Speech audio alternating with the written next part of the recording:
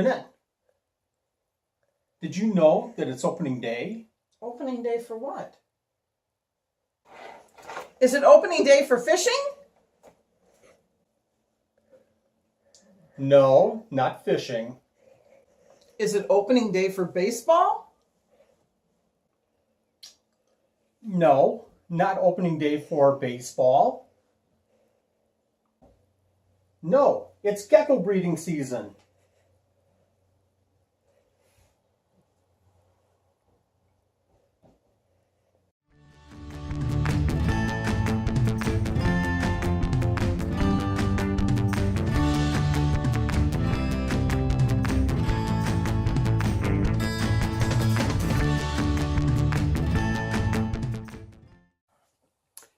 I'm sure a lot of people are excited about fishing opening day and baseball opening day, but here at Supreme Gecko, it's gecko breeding opening day. Well, maybe it started a couple of weeks ago, or maybe it'll start in a week for everybody else. But we're excited about opening day, and this video is about preparing you to have gecko babies and how to take care of them.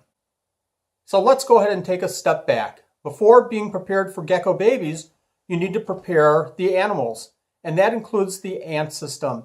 Animals, nutrition, and tank or enclosure. So we've talked a little bit about preparing the animals and having starting with healthy animals. And the second point is nutrition, getting them pumped up on the right calcium and vitamins. We like to use Vionate and Osteoform. And the third point is tank, making sure that you have the right enclosures for your adults. But once you're past that, then it's breeding system. And I guess you just have to wait for the babies. The first question is, do your gecko eggs need an incubator to keep them warm? Some geckos do require an incubator, and some geckos don't require a warm incubation period. Crested geckos and gargoyle geckos don't need that. If you need one, you can purchase one at a local hardware store. We like to use the Hovabator. It's a more inexpensive incubator. I've also built incubators out of wine coolers, and you can build your own incubator. Or you can purchase an incubator online. So in preparation, if you need an incubator, make sure you plug it in, set it up, make sure that you're getting the right temperatures for a gecko egg incubation, and make sure that it's working. Let it sit for about 2 or 3 days, check the temperatures occasionally, and just make sure you're getting the right temperatures. Do you have the right number of incubators? Make sure that you're not caught in a jam where you have too many gecko eggs and not enough incubators to put them in. The next point to consider is what incubation material and what incubation containers will you be using to incubate your gecko eggs. There's a lot of choices out there. Make sure that you're set up before you have those gecko eggs so that you're prepared to put them in something.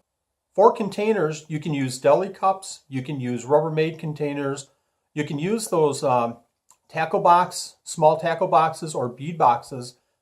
We use those quite often here at Supreme Gecko. Next, what material will you use?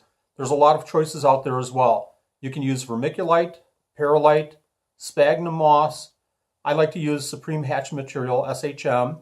No matter what material you're going to use, make sure you have enough of it to carry you through the whole breeding season. Now you've collected the eggs, you've put them in the deli cup or the tackle box with the medium, you've numbered them or named them, and you've put them on a shelf or put them in an incubator, and it's just a matter of waiting for those to hatch out. Again, you can wait for them to hatch out, or you can prepare the enclosures or tubs that you're going to keep the babies in. Here's how we keep crested gecko babies. It starts with a 6-quart tub. We put a hide in, and that hide can be any place for them to hide. I like these the plastic egg cartons, because it offers them a good space to go and hide. We like to add a food dish, obviously, if we're feeding crested geckos or gargoyles. This is for the crested gecko diet. You can include any other decorations. I always like to keep at least one crumpled up piece of paper towel in the back. When I spray every day these enclosures, I like to spray that paper towel just a little bit more to have a spot where the baby geckos can go and hydrate. They're going to do a lot of shedding during this time that they're growing, and that's a good place for them to get the moisture that they need to help them in their shedding activities. Next is substrate, and that's kind of tricky. You can use substrate or you can leave substrate out of the equation. I don't like to include substrate in our enclosures for the babies simply because the food items disappear in the substrate. I don't even like to add paper towel. I like a bare bottom. The hides actually work for the geckos to hide out in, but having a bare tank allows the food items to be easily seen by the baby crested geckos, and I think that that's very, very important. When we feed mealworms or small dubias or crickets, and I prefer the first two over crickets, those crested geckos will watch the insects crawl around or move around and jump on those food items. The last point that I would like to make is know your market. If you're going to be producing gecko babies, if it's 1 or 2 or 1 or 200, make sure that you have an outlet for those babies.